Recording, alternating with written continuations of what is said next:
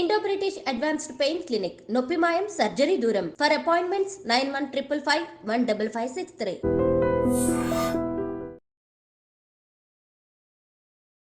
అందరికీ నమస్కారం. నేను Swarupa Potlapalli. Welcome to I dream. Manchu ఫ్యామిలీలో గొడవలు ఇప్పట్లో సద్దుమణిగేలా కనిపించట్లేదు.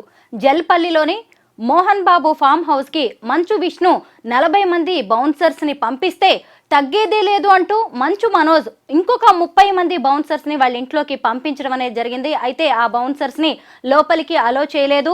దుబాయ్లో ఓ సినిమా షూటింగ్ లో ఉన్న విష్ణు కూడా ఇండియాకి వస్తున్నారు. దీన్ని బట్టి చూస్తే ఆ ఇంట్లో గొడవలు ఇంకా పెరుగుతున్నాయే గానీ తగ్గట్లేదనే విషయం అందరికీ అర్థమవుతుంది. ప్రస్తుతం నాతో పాటు ఫ్యామిలీ కౌన్సిలర్ రజనీ రమా గారు ఉన్నారు. ఆవిడతో మాట్లాడి అసలు ఈ మంచు ఫ్యామిలీలో గొడవలు ఎందుకు వచ్చాయి, మౌనికతో పెళ్లే కారణమా, ఆస్తుల కోసమే అన్నదమ్ములు తండ్రి కొట్టుకుంటున్నారా, ఇలాంటి విషయాలకి సంబంధించి చాలా అప్డేట్స్ తెలుసుకుందాం. నమస్తే రజనీ గారు. నమస్తే అమ్మా. చూసారు కదా, ఆదివారం అందరూ ఎంజాయ్ చేస్తుంటే ఈ మంచు ఫ్యామిలీలో పెద్ద గొడవ స్టార్ట్ అయింది. బ్రేకింగ్ న్యూస్ అయిపోయింది. తండ్రి కొడుకు కొట్టుకున్నారు. మనం చూసాము, డయల్ 100కి కూడా కాల్ చేశారు, పోలీసులు వచ్చారు. మొత్తానికి కేసుల వరకు వెళ్ళి మళ్ళీ వెనక్కి తగ్గారు. పోలీస్ స్టేషన్ నుంచి అది కాస్త హాస్పిటల్కి వెళ్ళింది. అతనికి మనోజ్కి నెక్కి బ్యాండేజ్ వేశారు, కాలు కుంటుతూ నడుస్తున్నాడు. అసలు ఇంత దాకా రావడం ఏంటి మంచు ఫ్యామిలీలో గొడవలు? మీరేమనుకుంటున్నారు దీని మీద? అది ఇంటి గొడవలు విషయాలు బయటకి రాకూడదు, కానీ ఇది చిలికి చిలికి గాలివానలాగా మెల్లగా బయటకే వచ్చింది. అయితే ఇప్పుడు తాతలు తండ్రులు సంపాదించిన ఆస్తుల కోసం పిల్లలు కొట్టుకోవడం ఏమిటి చెప్పండి? ఈ ఆస్తుల వ్యవహారాలు తల్లిదండ్రులు ఏమిస్తే అది తీసుకోవాలి. తల్లిదండ్రులు కూడా సమానంగానే ఇస్తారు పిల్లలకి కదా. అది ఎవరు ఏది వాళ్ళ వల్ల అవుతుందో అది వాళ్ళకి ఇస్తారు. ఇప్పుడు నువ్వు ఇది చేయగలుగుతావు, నీకు ఇది ఇస్తున్నా, ఇది నువ్వు చేయగలుగుతావు, ఇది నీకు ఇస్తున్నా, నువ్వు దీన్ని మేనేజ్ చేయగలవు, నువ్వు దీన్ని మేనేజ్ చేయగలవు అనేది తల్లిదండ్రులు నిర్ణయించగలుగుతారు పిల్లల యొక్క మనస్తత్వాలను బట్టి. ఇప్పుడు ఇతని మనస్తత్వాన్ని బట్టి ఇతను ఇది చేయగలడు, ఇతని మనస్తత్వాన్ని బట్టి ఇతను ఇది చేయగలడు, కాబట్టి ఇతనికి ఇది ఇద్దాం, ఇతనికి ఇది ఇద్దాం అని తల్లిదండ్రులు ఆలోచిస్తారు, బాగానే ఆలోచిస్తారు. కానీ పిల్లలు అది అర్థం చేసుకోరు. ఎంత వయసు వచ్చినా కూడా పిల్లలు పిల్లలే. ఆ తల్లిదండ్రులు యొక్క నిర్ణయాన్ని కానీ ఆలోచన కానీ అర్థం చేసుకోలేకపోతారు. ఎంత వయసు వచ్చినా పిల్లలు పిల్లలే అన్నారు కదా. మనోజ్ని ఒకవేళ తండ్రి పిల్లల్లా చూడొచ్చు, కానీ అతను కూడా ఎదిగినవాడు, ఒక హీరో. అతన్ని సమాజం ఎలా చూస్తుంది? హీరోలాగే ఒక పెద్ద వ్యక్తిగా చూస్తుంది. పెళ్ళయింది, అది కూడా రెండో పెళ్ళి, మళ్ళీ కూతురు పుట్టింది. ఇప్పుడు ఆ తండ్రి ఈ యాంగిల్లో కూడా ఆలోచించాలి కదా. ఆలోచించాలి, కానీ వాళ్ళ యొక్క ఫ్యామిలీ కల్చర్ ఏంటో మనకు తెలీదు. ఇప్పుడు స్వతంత్రంగా తండ్రి 2 మాటలు అనే ఫ్యామిలీ ఏమో, 2 దెబ్బలు వేయగలిగే ఫ్యామిలీ ఏమో మనకు తెలియదు కదా వాళ్ళ కల్చర్ని బట్టి. అయినా కూడా ఒక మాటలతో విననప్పుడు పెద్దవాళ్ళకి కొంచెం కోపం వస్తుంది. ఏదైనా వస్తువు ఉంటే విసిరేయడము, లేకపోతే నా కొడుకే కదా చెప్పిన మాట వినట్లేదని ఒక దెబ్బ వేయడం అనేది సాహసిస్తారు. ఇప్పుడు ఏముంది ఇందులో అని అనుకుంటారు. కొంతమంది మీరు చెప్పినట్టు ఎందుకులే ఎదిగిన పిల్లలను గౌరవిస్తూ వస్తారు. ఇప్పుడు చూడండి, చాలా కేసులు మనం వింటున్నాం బయట. దండిస్తే పర్యవసానం ఒకలా ఉంటుంది, దండించకపోతే పర్యవసానం ఇంకోలా ఉంటుంది. అంటే ఏది చేసినా తప్పుగా ఉంటున్నప్పుడు తల్లిదండ్రులుగా ఎలా ఫాలో అవ్వాలి? ఇప్పుడు స్కూల్లో తీసుకోండి, టీచర్స్ ఏం చేసినా తప్పే. తల్లిదండ్రులు తీసుకోండి, ఏం చేసినా తప్పే. అంటే ఇటు టీచర్స్ కానీ ఇటు తల్లిదండ్రులు కానీ పిల్లల్ని ఏమీ అనొద్దు, ఏమీ నేర్పద్దు, ఏమీ చేయొద్దా? సరే, ఇప్పుడు ఇది ఆస్తుల విషయం కాబట్టి తండ్రి అనేవాళ్ళు వాళ్ళ పిల్లలకి ఏది ఇస్తే బాగుంటుందో నిర్ణయించి ఇచ్చినప్పుడు దాని గురించి వీళ్ళు నాకు ఇది ఇచ్చావు అనే ఒక విషయం జరిగిందని నేను కూడా విన్నాను. అది ఏంటనేది మనకు పర్టికులర్గా తెలియదు. అయితే ఇప్పుడు నేను అదే చెప్పాను, అతనికి అది సూటబుల్ కాబట్టి ఇచ్చి ఉండొచ్చు, ఇతనికి ఇది సూటబుల్ కాబట్టి ఇది ఇచ్చి ఉండొచ్చు. తర్వాత దాన్ని బేస్ చేసుకుని మనం మాట్లాడాలంటే కనుక, ఇప్పుడు అన్నగారు ఊళ్ళో లేకపోవడం, అంటే ఆయన అవుట్ ఆఫ్ కంట్రీ వెళ్ళారు కాబట్టి మంచు విష్ణు అనే ఆయన ఇప్పుడు ఈ అవకాశంగా తీసుకుని డిస్కషన్ చేద్దాము నాన్నతోటి. నాన్న ఒక్కళ్ళే ఉన్నారు కాబట్టి నాతో మంచిగా మాట్లాడగలుగుతారు, నేను ఏమైనా సెటిల్ చేసుకోవచ్చు. అన్నయ్య ఉంటే ఆబ్వియస్లీ కొంచెం ఏదైనా గొడవలు జరగడానికి, ఆర్గ్యుమెంట్స్ జరగడానికి అవకాశం ఉంటుంది కదా. సో లేనప్పుడైతే కేవలం ఆ నాన్న నాతోనే మాట్లాడతారని చూడండి. అదే నేను చెప్పింది, ఎంత వయసు వచ్చినా ఆ పిల్లతనం అలానే ఉంటుంది పిల్లలు, తల్లిదండ్రులు ఉన్నంత వరకు. ఎవరికి వాళ్ళే పెద్దలు, కానీ తల్లిదండ్రుల ముందు ఇలాగే బిహేవ్ చేస్తారు. అన్నయ్యకి అలాగా, అక్కకి ఇలాగా, నాకు ఇలాగా అని చెప్పి ఆ విధంగా ఆ స్టైల్లో మాట్లాడే తత్వాలు ఉంటాయి. కాకపోతే ఇది కొంచెం హై స్టాండర్డ్ ఫ్యామిలీ విషయం కాబట్టి కొంచెం సీరియస్ గొడవలు చేసుకున్నారు వీళ్ళు.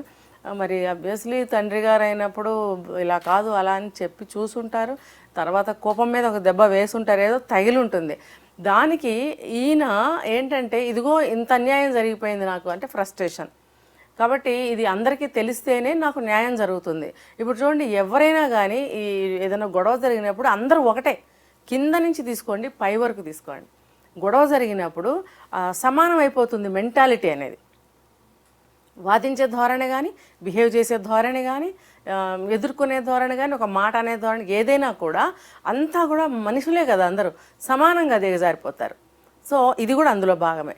ఇప్పుడు అల్లరి చేసుకుని 100కి ఫోన్ చేయడము, హాస్పిటల్లో జాయిన్ అవ్వడము, తండ్రి కూడా 100కి ఫోన్ చేయడం, మేబీ ఇతన్ని హాస్పిటల్కి తీసుకెళ్ళడం కోసమే తండ్రి కూడా 100కి ఫోన్ చేసి ఉండవచ్చు. మరి ఇక్కడ ఏదన్నా గొడవ జరుగుతుందేమో అని చెప్పి మంచు విష్ణు గారు బౌన్సర్స్ని ఇక్కడ పంపించినట్టు.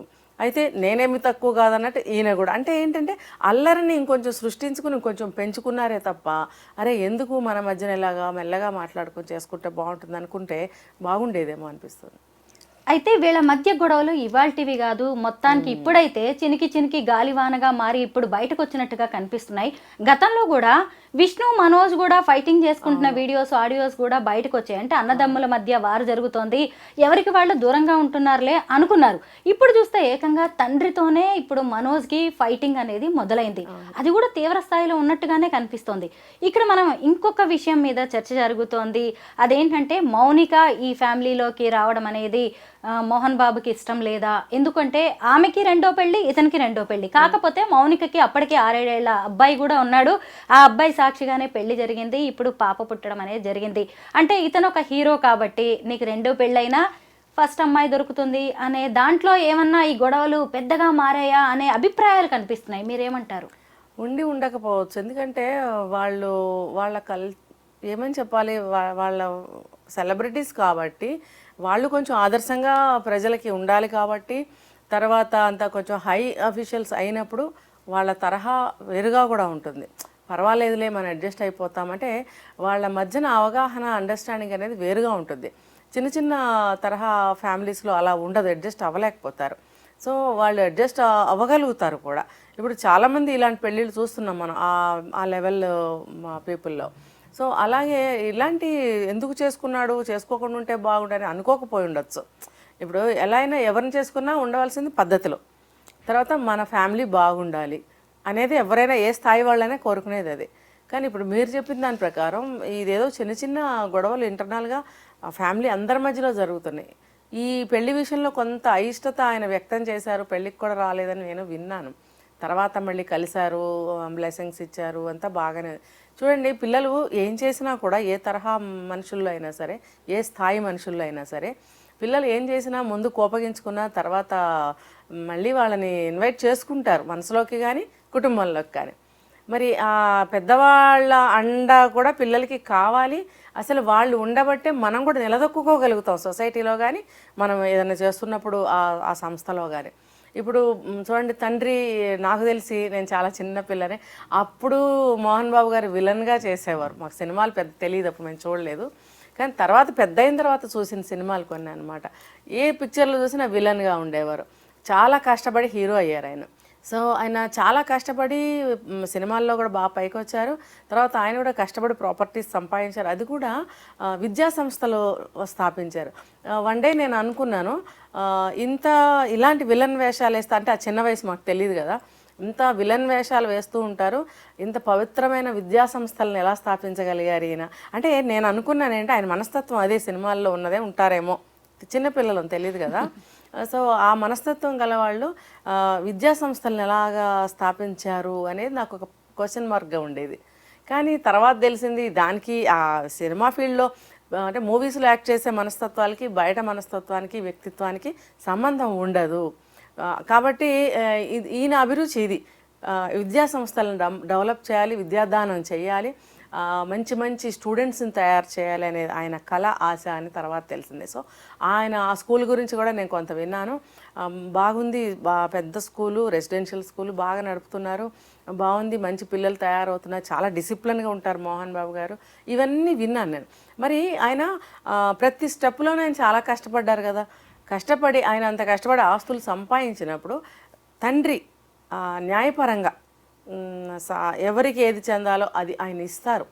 కానీ తల్లిదండ్రులు బ్రతికుండంగానే ఆస్తులు ఇవ్వమనటము, వాటి కోసము ఇంతంత గొడవలు పడటం అనేది మన శాస్త్రాల్లో ఏం చెప్తున్నారంటే మహాపాపం అని చెప్తున్నారు.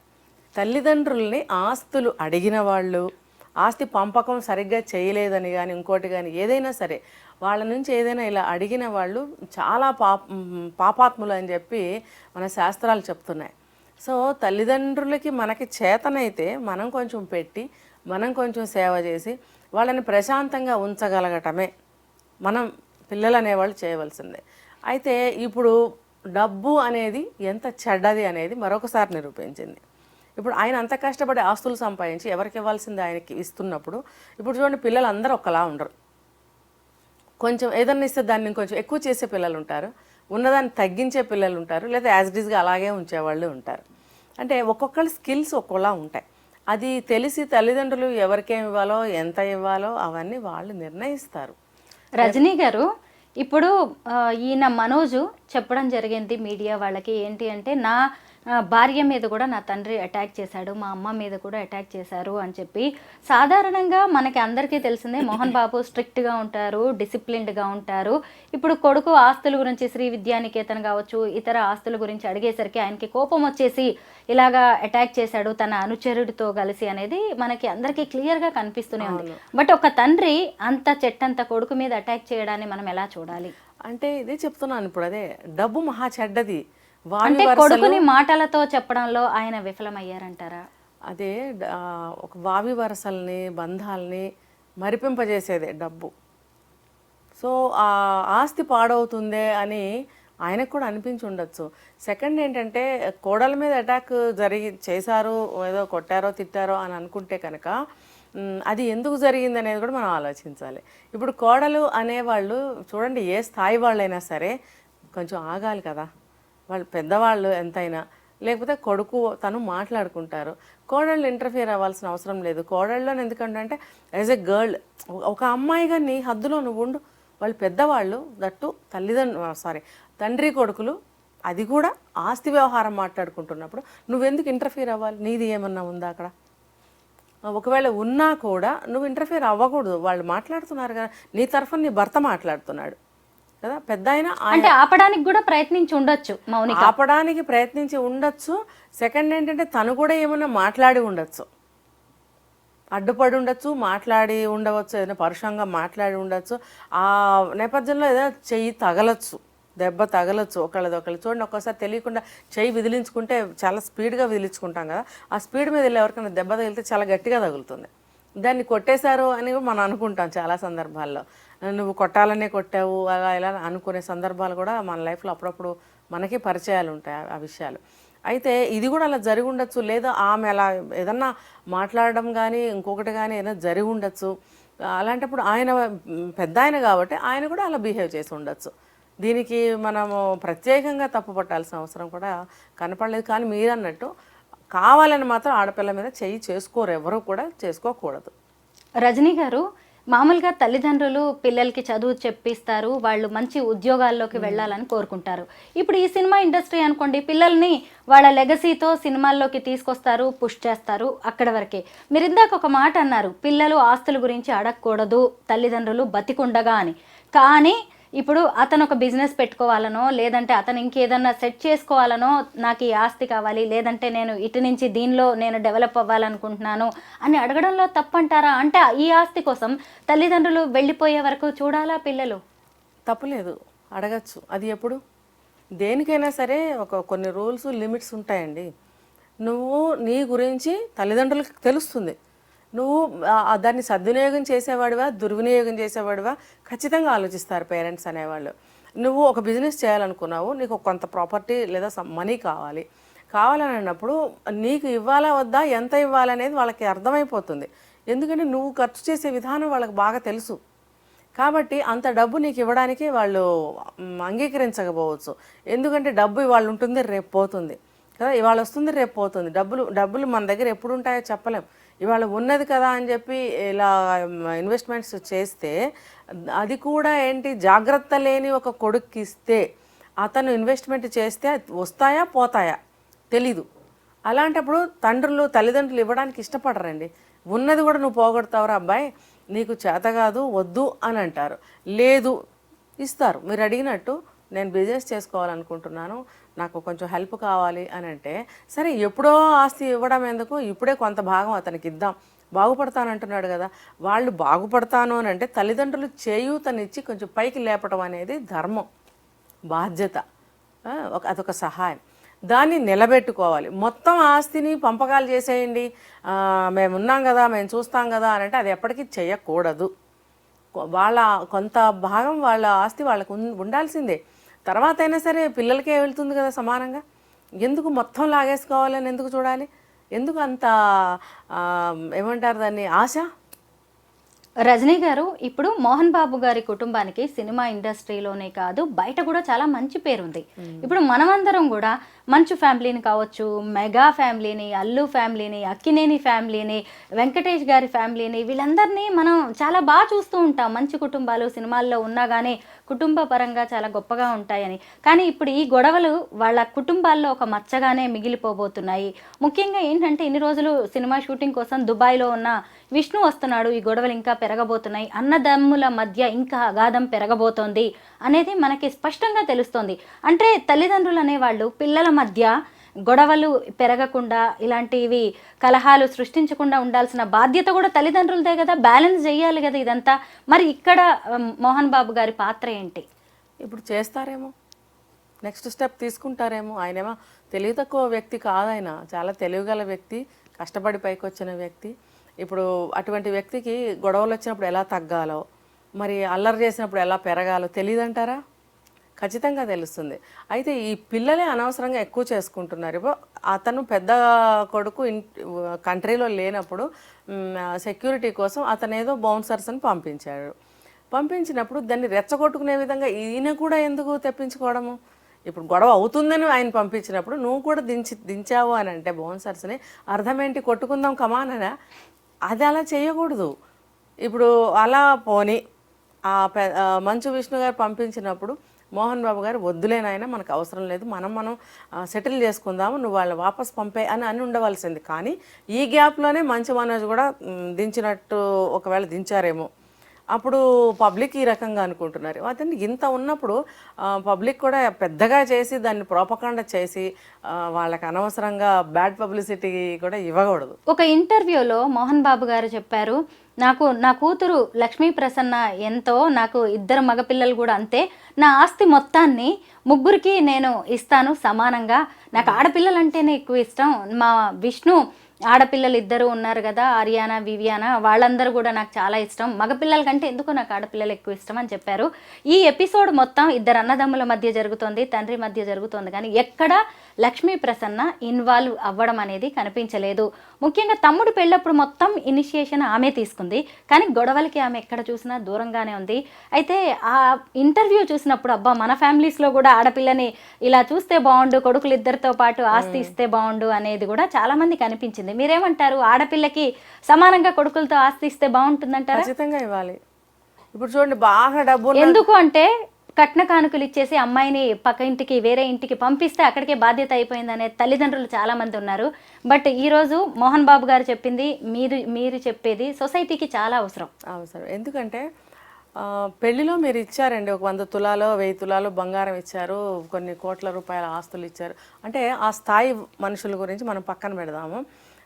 మామూలుగా జనరల్గా అయితే మిగతా స్థాయిగా పీపుల్ ఉంటారు, middle class, lower middle class, అలాంటి వాళ్ళు ఉన్నప్పుడు వాళ్ళకి ఎంతో కొంత కూడబెట్టి బంగారం అని కట్నాలని ఇచ్చి పెళ్లి చేసి, ఇంత ఇచ్చాము, ఇంత చేసాము, ఇంకా మీకేం ఇవ్వాలి, ఆస్తిలో మీకు వాటా రాదు, ఎందుకంటే మా కష్టంలో నుంచి మా ఆస్తిలో నుంచి తీసే కదా పెళ్లి చేసాము, సో మీకు రాదు అని అంటున్నారు. కానీ అందులో ఒక చిన్న మార్పు చేసుకుంటే బాగుంటుందని నేను అంటున్నా.